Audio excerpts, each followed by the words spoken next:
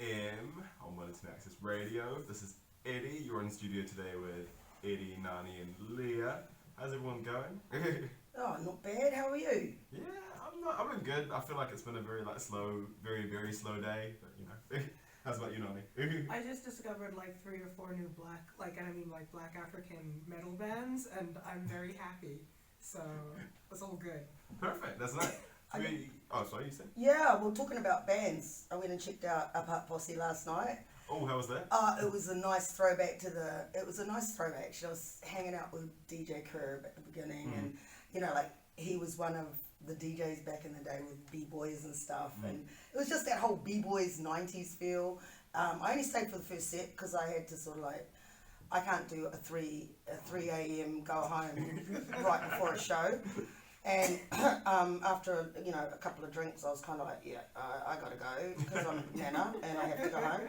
But yeah, no, I really liked it, and it was so good to see Tikupu's daughter on stage with him and performing with, you know, him and Wire. If you don't know who Uppercut Posse was, they are one of the first rap groups in New Zealand, and it was really interesting because DJ Gooda did a set before them, and he was performing at our barrio a couple of weeks ago. Yeah.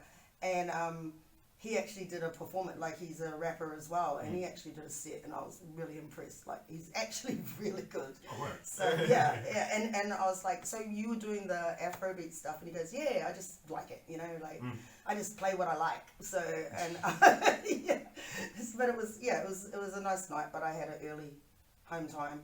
And You had to be on the radio today. Yeah, I had to be on the radio, and I also had to watch that last episode of The Boys. I'm completely obsessed with. So apologies to anybody who went to watch The Boys after I put my post on my Facebook page. Like, yeah, I didn't realize it was Herogasm. So. How about you, Eddie? You doing all right? Yeah, no, I'm busy. Like, I feel like. What one? I literally just went shopping yesterday and bought a whole bunch of shit I didn't need. Yeah. But yeah. Anyways, we've got 2 guests in today. Yeah. They are fantastic. They are Kai Smalls and Teresa Savanda. How are you guys doing? These are the Unpacked guys. Is that sorry, how do you guys introduce I was yourselves? going to say that. I mean, I feel like also you guys have a hard intro beat. It might be harder than our podcast. I was like, can I get the ID on that track? Like, That track, my son actually made that track. We might need He's to a talk after. producer. We'll talk. Yeah, like you can make your own theme thing if you want. You can't take this one. His mum got this That's one. right, you got it. I was listening to it like, damn, we need to get a new one. No, we're good though. We're good. Thank you for having us. No, it's been fantastic. It's great having you guys on. So like, I guess, do you want to give like just like an intro to you guys and like Unpacked and the kind of stuff that you guys do? Like, I guess we'll do individual intros first. So for me, my name is Tabby. I was born in Zimbabwe, moved to England when I was 2 with my family. Then we moved to New Zealand when I was about 12 years old. School here, university here, now based down here in Wellington. And I met Kai way back when, I think this was pre-pandemic, so I think about 2020. And yourself? Yeah, I'm Kai. I'm originally from Barbados, raised in between Barbados and Bermuda. Came here when I was 12 years old, to the mighty far north, and then I moved to Wellington when I was 17. Did a bunch of, obviously university, but then obviously like podcasting and radio, and then met Tabby in 2020, early 2020.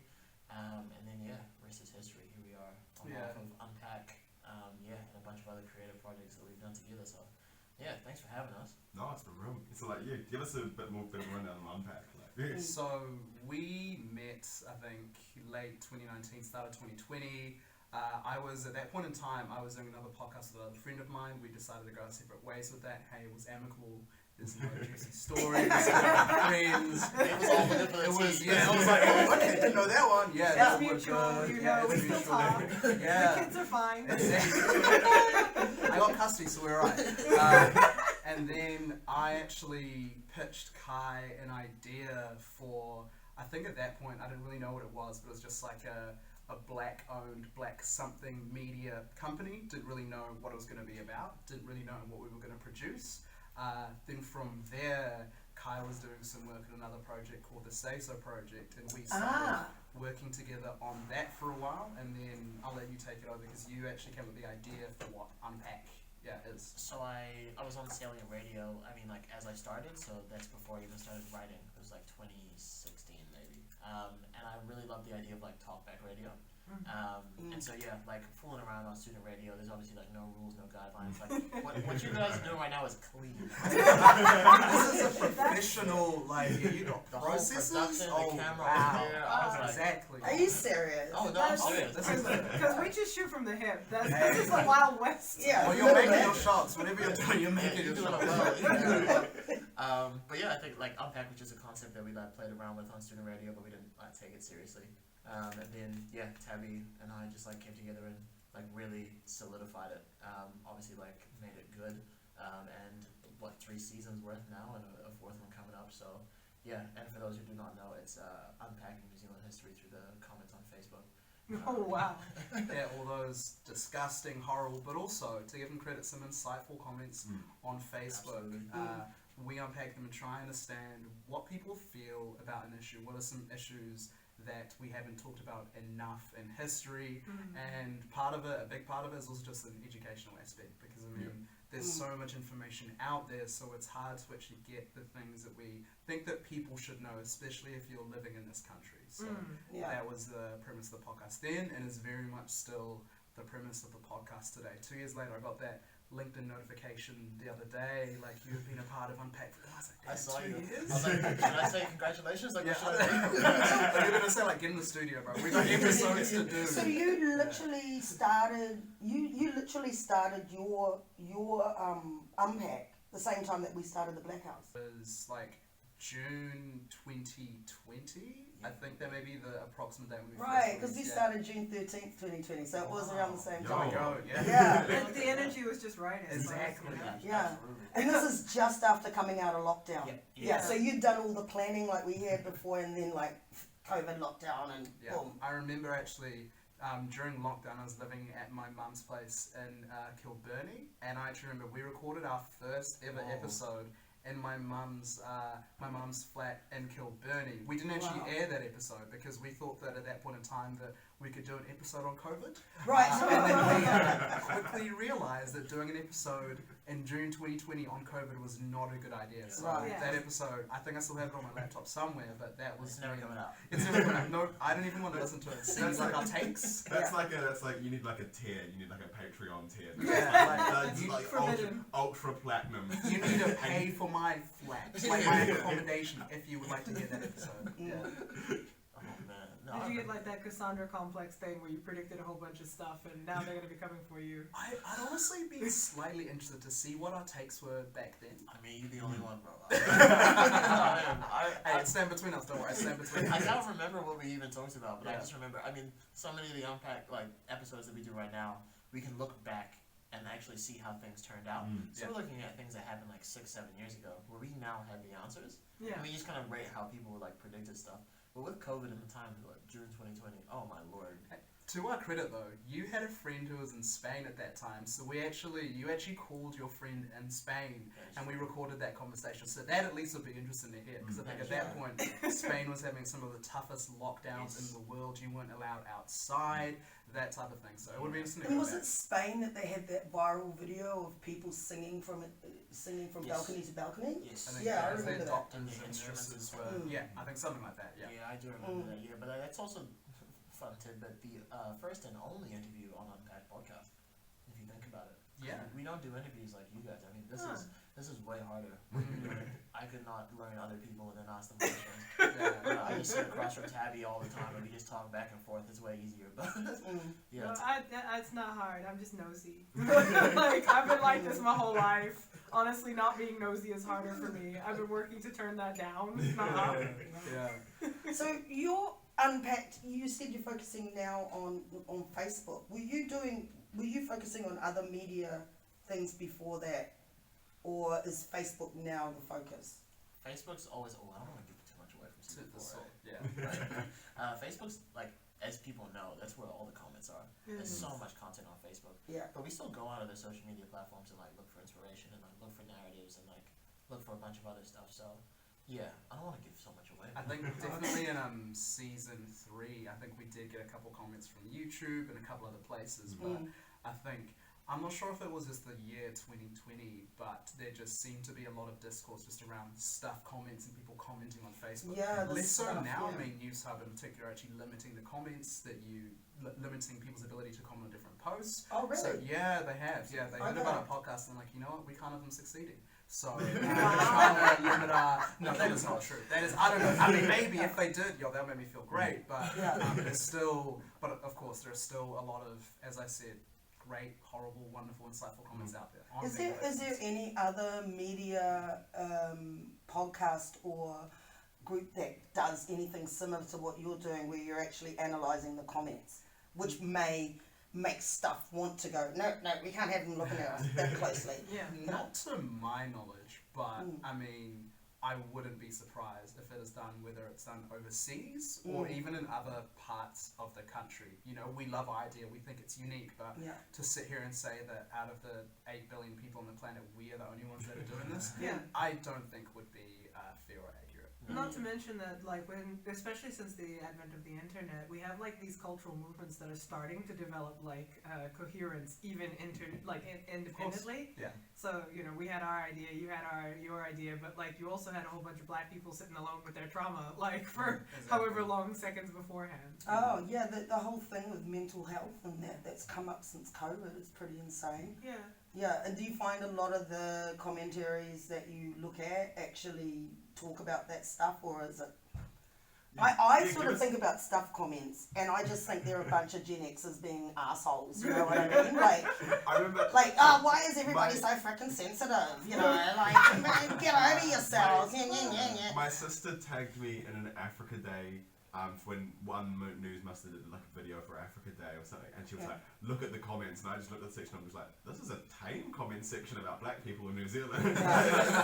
Like, this is nothing.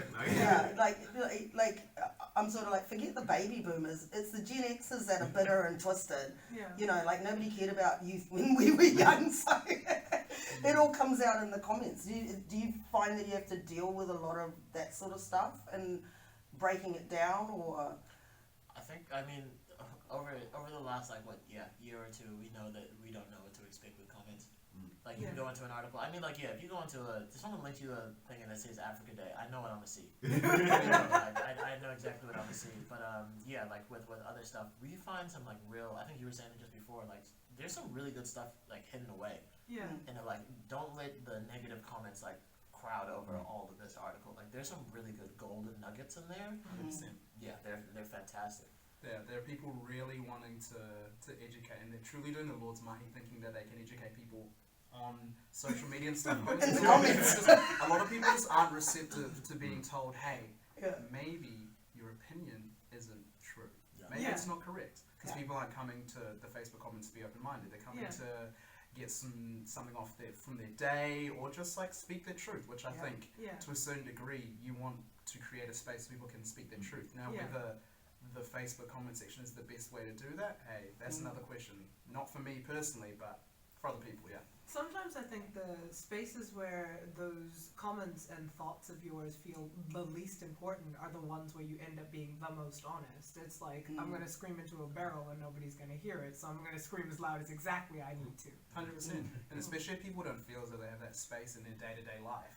Whether they don't have their friends they feel like they can communicate these thoughts to, their family, whoever. So for a lot of people, it may give them some form of reprieve screaming into the barrel that is Facebook comments. Yeah. I know, like, when I was in Australia, I was following a lot of the stuff that was happening with the Indigenous movements over there. And the comment sections on Facebook used to get wild, like really wild. And a lot of it, I think a lot of it too was screaming into the barrel, but sometimes it's like, you know, like how you say you get those nuggets. It was always really funny reading the nuggets from Indigenous people that were just classic slap in your face. Like, what's the word I'm looking for? Backhands. Oh yeah, You know what I mean? Like the comebacks were just Yeah. brilliant, and the way Clapbacks, clapbacks. yeah, that's what it is, clapbacks, yeah, and the way they used. They were creative with the insults. Yeah. Yeah. It would just, you just end up like crying yourself, like Honestly, with coming laughter. from the States, like Australian insults are maybe my favorite bit of Australian culture. Oh, they're funny. Just like, you know, I can't even make one up. I'm like, you guys are amazing. Yeah, I mean, there's one thing that they've got is the clapbacks are like the best. And one of my really good friends who's quite active in the movement over there on the East Coast, she has the best. Like her posts are classic. Yeah. You know, and she has the best clapbacks. But I'm digressing a little bit. I'm thinking, what do you think about you know, some of the clapbacks that you've probably come across on the posts that you analyse? Like, what are your top rankings? For what are your top ones? Honestly, I think at this point, comments just like fade into each other because we just spent so much time of our lives scrolling through, looking at the comments. Because the real gold is sometimes in the replies to comments, where people have gone back and forth, maybe over days. Like that is where the real gold You is. see people clocking in and clocking out, right? Yeah, exactly. It's like they clock out still mad. Wow, that's like you literally went to work, had a day at work, came home. It becomes a day-to-day job. Mad. I'm gonna be back at 3 p.m. for this comment. Yeah. Honestly, look, more power to you. If you can sustain that anger, then more power to you. But yeah, I honestly don't think I would be able to think of like a top kind of clapback comment. I think like, and we've done this quite a bit on recent episodes as well. Comments not only fade into each other, we start like analyzing the types of comments that you see. Like for example, like what aboutism comments are like 50% of what's online. Right. It's like, oh, Jacinda had a baby. Oh, but what about all the other babies? It's like, Exactly. you know, like we see those different types of comments that come out and we're like, oh, I don't even like. It's not even surprising to me anymore. It's like, oh, that goes in this group, this goes in this group, whatever. So like, we're probably not even the best people to talk about this. We've read thousands. And also, part of what we do, we don't just want to kind of sit there on our high horse and just like laugh at comments and just like highlight, oh, these two people got into a Facebook comment beef, because that doesn't really do anything. It's like, okay, cool. Yeah. I laughed for like a minute. Great. What next? So what exactly are, like, when you are analysing the comments, what are you looking for? Oh, That's a very good question. What are we I'm trying to looking get the at? secret sauce. Recipe. Well, I guess the first thing we only look at like certain narratives per episode, right? So like we'll focus each episode on like one specific topic, one specific event, and we'll try to go chronologically. But sometimes it won't always work out. But if we're looking for like a comment, it brings something from like the New Zealand narrative that's not already given.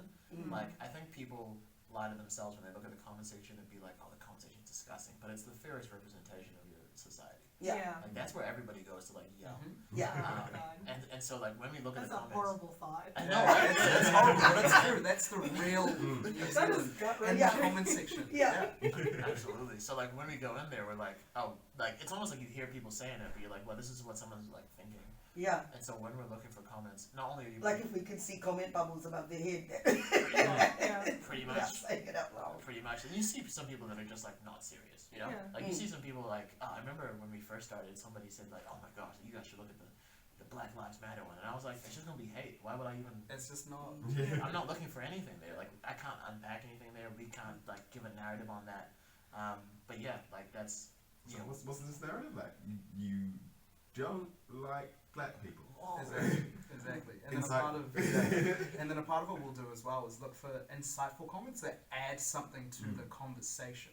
Because as I said, there are those nuggets of gold. It's quite rare, but when we do see that, we want to give people their flowers. So we'll have maybe an applause in the episode to say, hey, look, you brought something new to the conversation. Maybe I didn't actually know about the specific topic. Because I mean, we have a team of writers. Because we are not the only people that are in the trenches of the comment section. We would not be able to have the quality of podcast we do if it was just the two of us and looking at the And the comment section. volume of comments would be too much. We for would two miss a people. lot. I mean, we have our own personal biases towards, oh, we should do that comment. But at the end of the day, sometimes that's not the best comment to actually look at. We'd also be grey.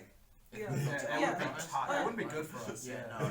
I was gonna say, like, if you guys are in the comment trenches of Facebook, like, that's some veteran soldiers. I don't have that. I do not have that kind of stomach. I can barely handle being in the trenches of my own Facebook, let alone somebody else's. Are you joking me?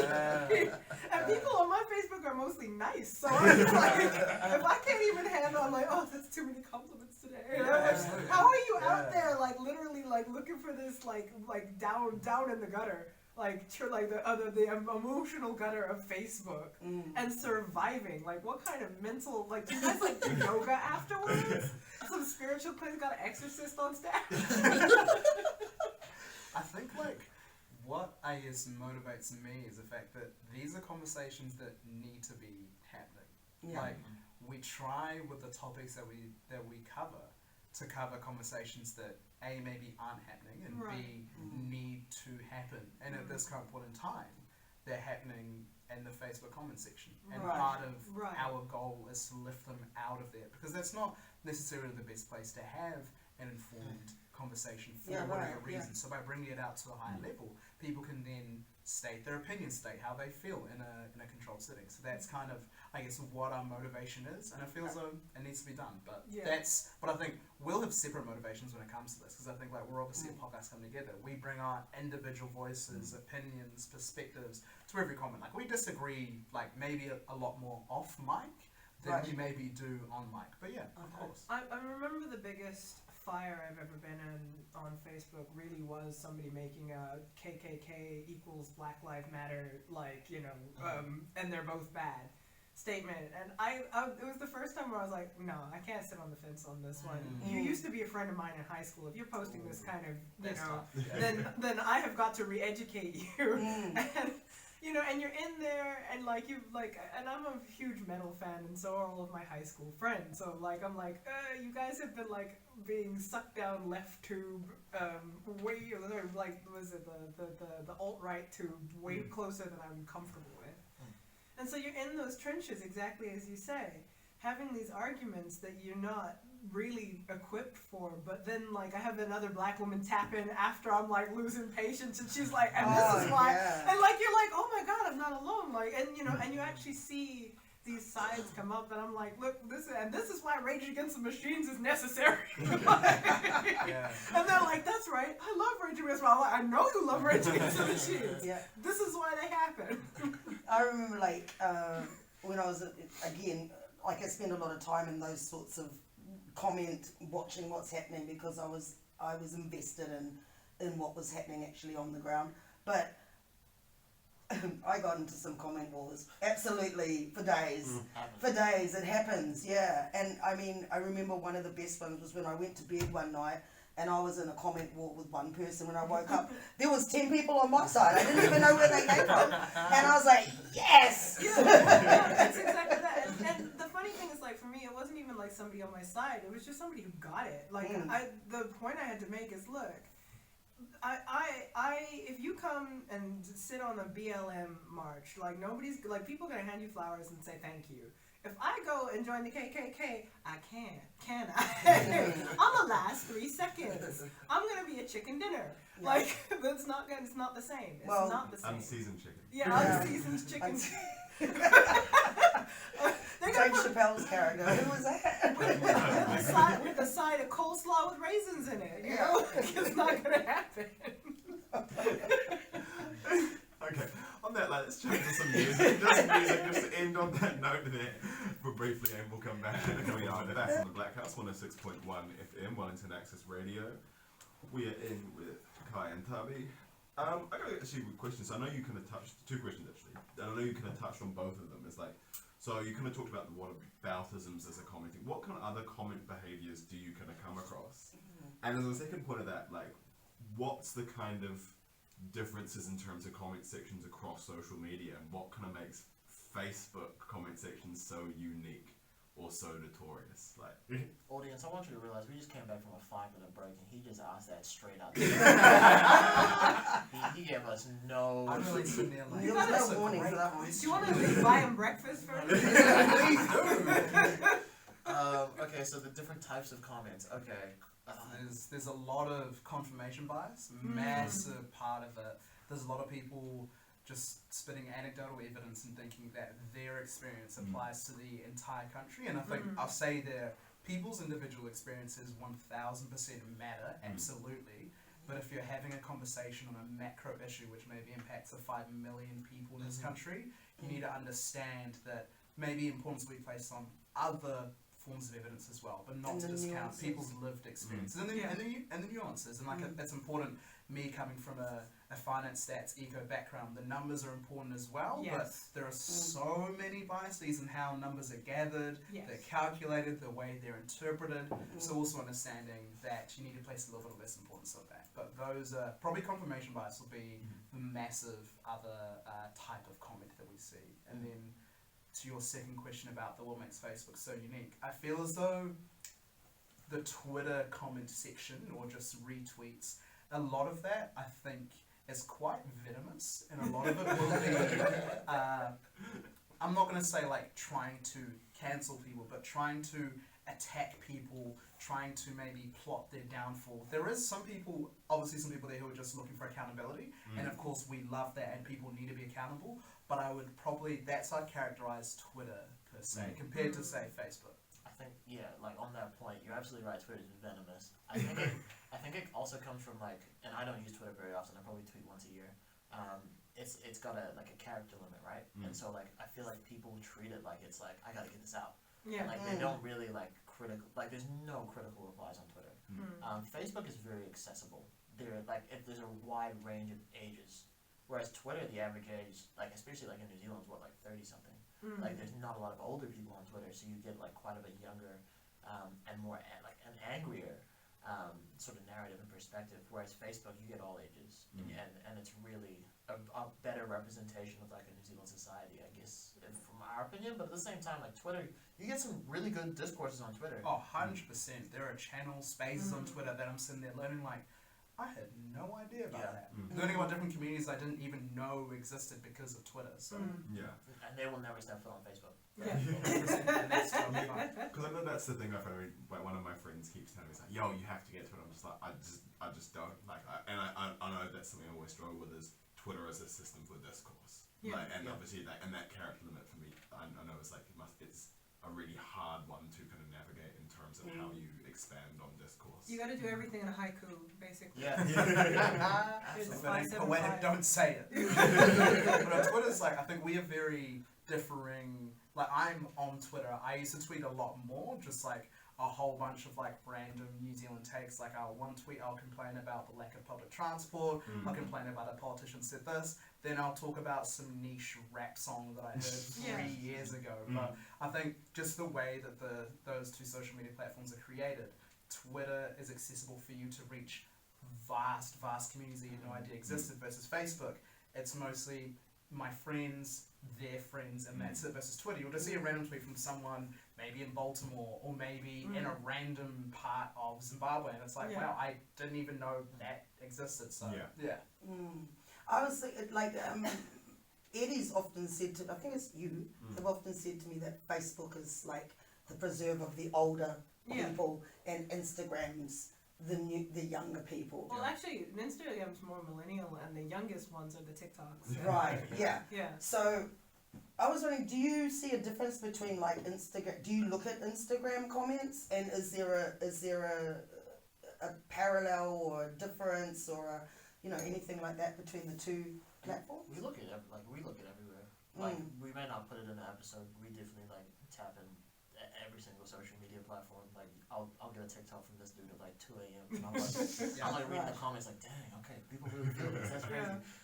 But like Instagram for sure is a lot more. Once again, like I feel like it's in the middle of Twitter and Facebook where you try to be divisive, but also people are trying to get followers, because Instagram is a very place, like it's a place not like Twitter and not like TikTok where like, if I come across something, I most likely follow this person or I'm into this. Whereas for TikTok, you'll be seeing someone's TikTok from like, Baltimore. And they might be talking about something that you're into, doesn't matter where they're from, bang, they're right in front of you. And Instagram, it's not like that at all. Right, okay. So, what's it like? Well, you have to like follow like a certain page. And let's say that you follow like the Blackhouse, for example. The algorithm will be like, oh, so you must like black media. So here's the Joe Budden podcast. Right. And, like you'll find something that's like, I'm so sorry that you I'm okay with that joke. He's making lots of bread, so. Yeah. But like, you know, Instagram will notice that and they'll be like, okay, cool, and then they'll just show you that up to a point. Whereas from what I understand of TikTok, and Tabby's gonna speak to more of this because I don't use TikTok very often, is that you can be in like multiple different communities at once. Like you can have your black media thing, and then you're like, oh yo, but I also love sponge cake and sponge cake recipes. Yeah. And then they just be like, okay, well here's a black media thing, here's a sponge cake recipe, here's the map of Baltimore, and they like just giving it to you. Whereas for Instagram, very Right. Yeah. Okay. That's weird because that sounds like my Instagram. Like it literally is like here's some bun cake recipes. Also, I hope you like black sandwiches. Yeah. It also just depends on like how you use the platforms. Like if you're using your maybe explore page on Instagram, you'll get a lot more random things. Versus I never use my explore page. I just have the things I follow, the people I follow, and then I find things maybe from people that send them to me. But yeah, TikTok, you'll be in all different kinds of worlds, and I love it for that purpose. And there is, I think, TikTok has a bad reputation as it's just a platform for people just like sitting there dancing to songs, and maybe that was the original iteration for it. But we were having this conversation literally last night about how you can learn so much on TikTok. I mean, at the end of the day, all these social media platforms are just individuals stating their beliefs and opinions. So why is it that if you get information from TikTok, it's like, oh, well, is that actually valid? You read someone's random comment on Facebook or Twitter or Instagram. Why is that more valid than someone's TikTok? So you got to bring the same critical media literacy skills to regardless of the platform. Right. Yeah, because I know TikTok's beyond my literacy level. I'm still struggling with Instagram. And there's also Snapchat as well, which Snapchat? I don't I use it. That's a never different. I've got no idea about Snapchat. I would not be able to speak on that. So I feel like as a social media like Snapchat, I remember like it never hit. I think it's one of those points where Snapchat almost felt like they tried to kind of every time they tried to kind of innovate some way, someone else got it. Like, so like obviously that sort of thing is suddenly people started moving to Snapchats, and then Instagram I was like, well, let's just make like the Instagram like real interface look like the Snapchat interface. So one of the things I actually got told is that there are different platforms that are differently popular in different languages. So for instance, WhatsApp, like if you speak Spanish, that's where it's at. Like Spanish, Portuguese, like everybody WhatsApp. Like they don't even like, they're like, what else, what would you use, you know? In different regions, different parts of the world, literally their country would have blocked a specific application. So Right. So you come across that a lot? People blocking. Not necessarily, but some governments have not allowed some social media platforms to be used in their specific countries. So then they're going to use a different social media platform because that means they can communicate with other people. They were trying to get TikTok banned in America. And they Trump failed. talked about it for a hot minute. Because that was that like. And then he got himself banned. Was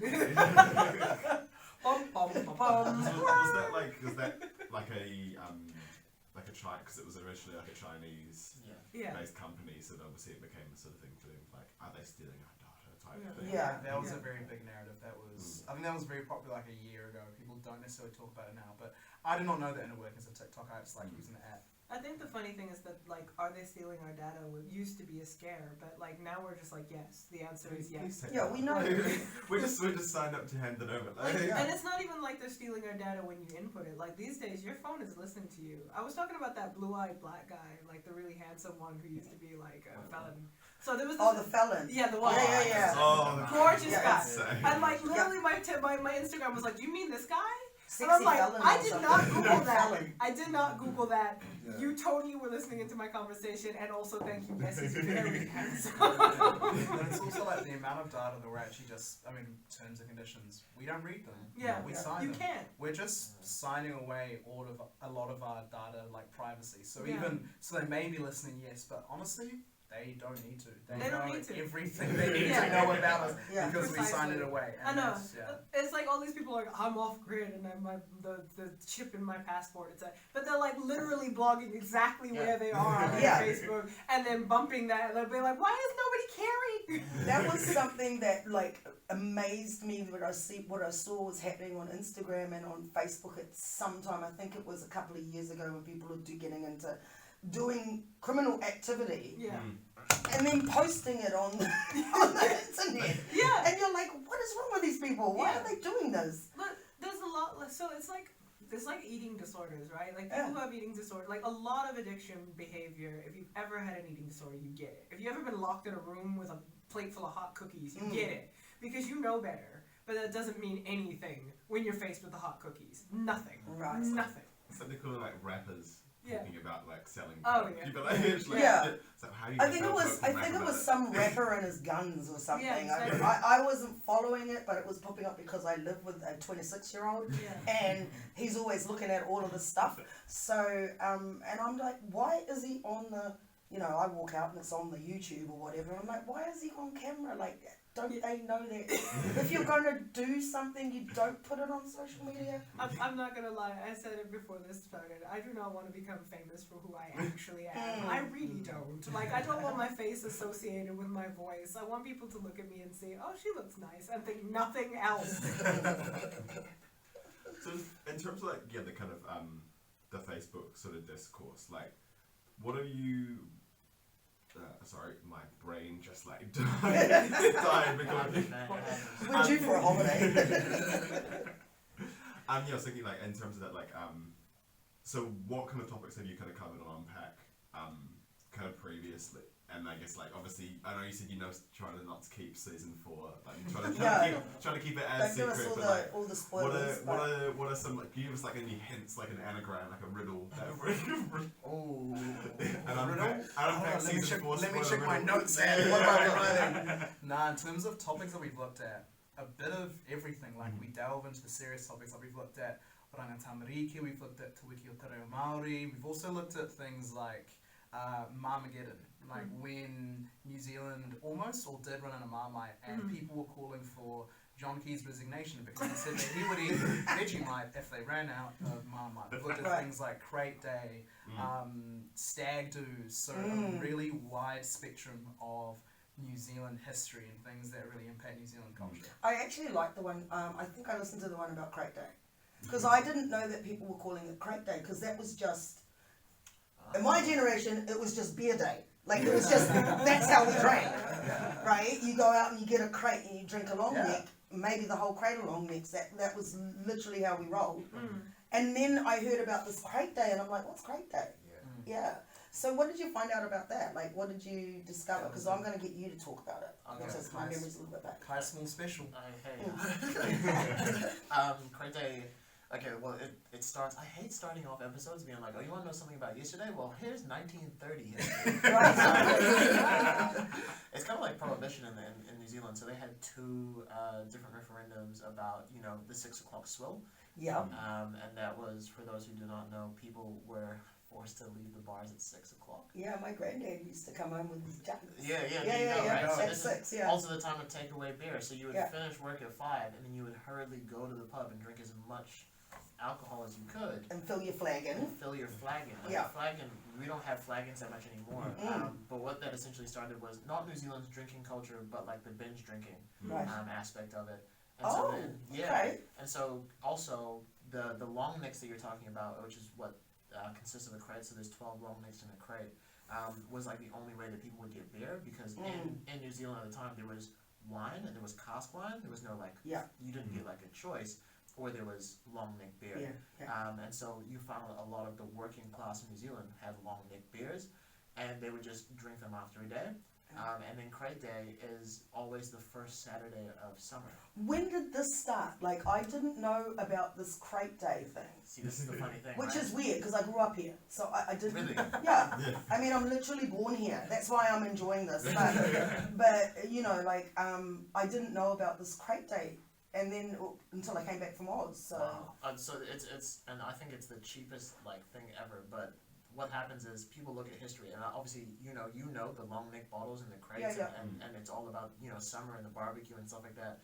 The Rock FM just said, hey, let's not only just do this, but let's monetize it. Like, here's Crate Day, and they called it Crate Day on radio. How long ago did that start? Oh geez, about 20 years ago, I think. Okay, I missed it. Yeah, no, a lot of us did, and I was like, because even me, when I first came to this nation, I didn't hear about Crate Day until I went to university, and people were like, oh, you never heard about Crate Day? And I Googled it, and I was like, you can't find out anything else about it anyway. Yeah. So. I'm not gonna lie, I was today years old when I heard And about I know, like, well, you know, about that crate day, I know also, and I don't know if you guys know this, but I don't know if you covered it but in Auckland, in the early mid-80s, what they used to do with these, because you had the 11 o'clock closing, and clubs hadn't really picked up as a late night venue. You had this black market in Grey Lynn where people would buy up all the crates, right? Take them back to their garages, and then basically after 11 o'clock when the pub closed, you could roll up to somebody's house in the suburbs and buy your crates for there at a marked up price. Wow. I But got contact you the could- writers, bro. I didn't Yeah, know we that. got Like, that was a thing. That was actually a big thing. And the reason it stopped was that people were rolling up in taxis. And then the taxis were actually saying, these people are going into this house and they're getting beer. And then and you would buy your crates, I think, like, I don't know how much crates were in the stores, but there was a generous markup on the crates that you could buy from people's houses. Yeah. And it was just black market alcohol. Yeah. And this was going on, when was I in Auckland? From about, I knew about it from about 82, 83. Yeah. Yeah, and like that's what people did. And then they could go back to their homes and continue drinking. Yeah. Yeah. The long neck is also the most sustainable way to drink beer Yeah. because you give it back to the alcohol store and they fill it back up. Yeah. Which is also why it was so popular. It was so cheap because they're like, oh, we don't really have to bottle this ever again. We Yeah. sanitize the bottles, we fill them back up, we cap them, and they go back out to market. Yeah. Mind you about the black market things, I'm not going to say where or when, but I just know it. Oh, 'cause I was there. this is so legend. This is all the legend. We have no idea. Yeah.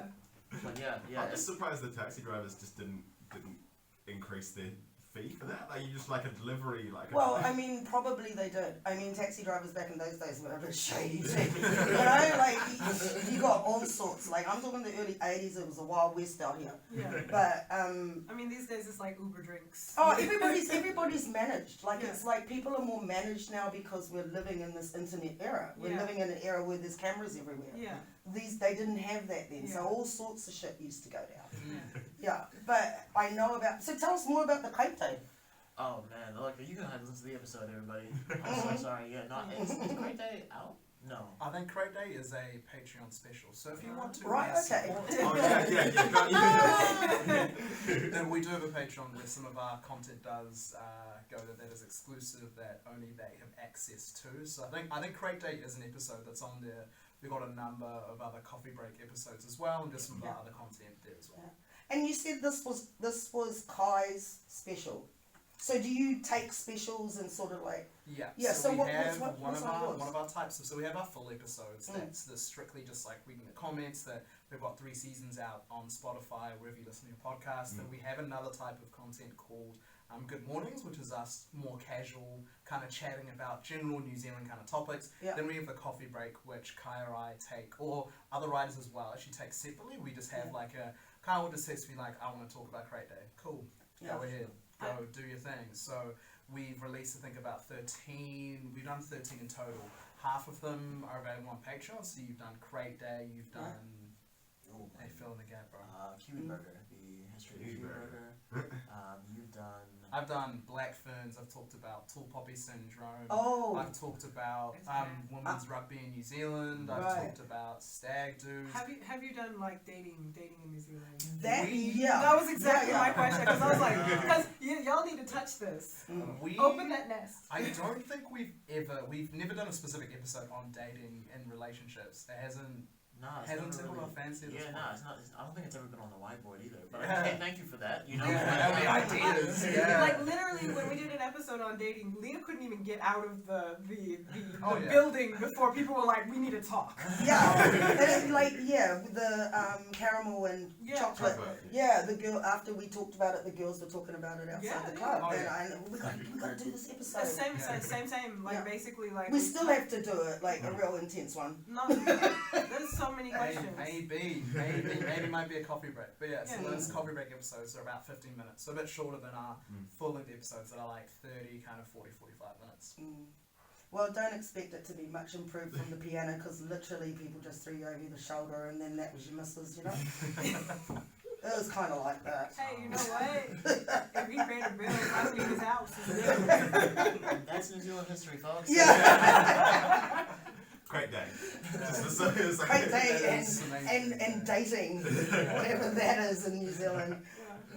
And then, yeah, so obviously you mentioned like Patreon, like so obviously, and so Patreon is like if you will kind of want to support Unpack. Yeah, if you want to support Unpack, also Yeah. get exclusive content that's never going to be public. And you guys also just like it's expanded. Unpack's expanded recently, hasn't it? It has indeed. So over the past couple months, 3 months, we've actually launched a storytelling network media company called Coalesce. Wow. Because since day one, like we've always had too many ideas, not enough time, Yeah. not enough people, not enough money. Yeah. So Coalesce, myself, Kai, and one of our other friends, Alice Brown, is the place where we're going to be able to express ourselves through many different mediums, whether it's going to be YouTube videos, short films, podcasting, video series, whatever. That's going to be the place that all of that sits. So currently we have Unpack, which is myself and Kai. We also have PhD Unpacked, which is where we sit down with all of PhDs, talking about their research. Because PhD is a great, wonderful 100,000 words. It's a lot. I'm probably not going to read all of it. But hey, a 30-minute episode on a PhD, I can do that. So to your point, we talked about pleasure, pain and pornography, the role that porn plays in the lives of adults in New Zealand. We've talked about mental health. We've talked about a whole bunch of stuff that we feel as though people need to have more conversations about. And do you think that's kind of a useful thing in terms of kind of, yeah, like obviously, like you said, not like kind of lowering that kind of that bar of access, in terms of people being able to hear those kind of ideas or hear that kind of research or hear those kind of discussions and conversations. 100%. Like the idea of PhD Impact is just make that research more accessible. Like it's wonderful, but to find it, you need to know that there is a place on the internet to go.